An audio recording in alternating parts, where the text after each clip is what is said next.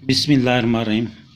दोस्तों, जो हम आज आपके लिए नुस्खा लेके आए हैं वो बहुत कीमती और ज़बरदस्त है। ये मादा मनविया को गाढ़ा करता है और टाइमिंग खूब लगाता है और मादा मनविया को वाफर मिकदार में पैदा करता है। इसके अलावा पट्ठों में भी ताकत लाता है और जिसमें जो है ना किसी किस्म की वीकनेस हो उसके लिए बेहतरीन और ज़बरदस्त है।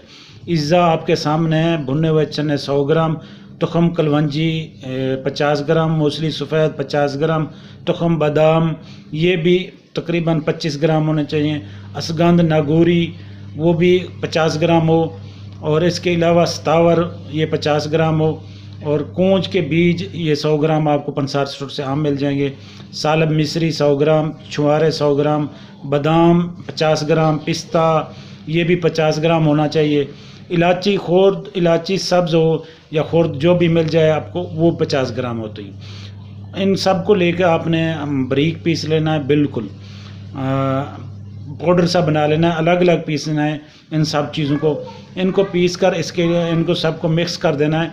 अगर आप ऐसे सफ़ूफ बना के इस्तेमाल करना चाहते हैं तो इसको आधी चम्मच सुबह आधी शाम को खाना खाने से पहले पानी के साथ इस्तेमाल करना है। और जो लोग सर्द मिजाज हैं वो नीम गर्म दूध के साथ इस्तेमाल करें, जो गर्म मिजाज हैं वो पानी के साथ इस्तेमाल करें।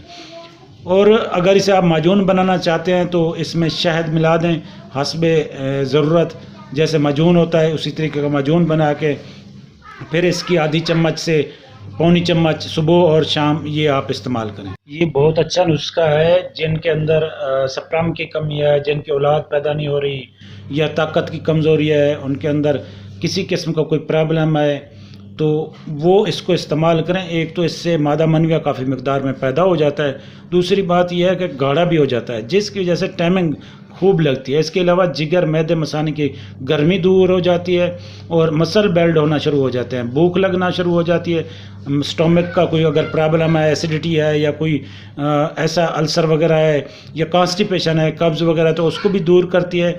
इसके अलावा ये पट्ठों के लिए ख़ास कर जो ओवर एज लोग हैं उनके लिए बहुत ज़बरदस्त है। लेकिन ओवर एज वाले लोग सिर्फ़ और सिर्फ इसको नीम गर्म दूध के साथ इस्तेमाल करें, आधी चमची इस्तेमाल करनी है। और जो नौजवान हैं वो पानी के साथ इस्तेमाल करें और नौजवानों में जो सर्द मिजाज हैं वो नीम गर्म दूध के साथ इस्तेमाल करें, जो गर्म मिजाज हैं वो पानी के साथ इस्तेमाल करें। इससे ये होगा कि जिनके जो ना पट्टों में दिमाग की कमज़ोरी है या जिनके अंदर सख्ती नहीं आती या जिनके अंदर मर्दाना कमज़ोरी की किसी किस्म की कोई कमज़ोरी है तो वो इसको इस्तेमाल करें तो इंशाल्लाह बेहतरीन और ज़बरदस्त और आज़मूदा नुस्खा है। इसका कोई साइड इफ़ेक्ट नहीं है किसी किस्म का, बहुत आला और बेहतरीन है, बशर्ते कि इसके अज्जा जो ना आपको ओरिजिनल मिल जाएं। ये ताकत का बेहतरीन और आप बहुत आला नुस्खा है। ये दिमागी कमज़ोरी को और असाब को भी खूब ताकत देता है।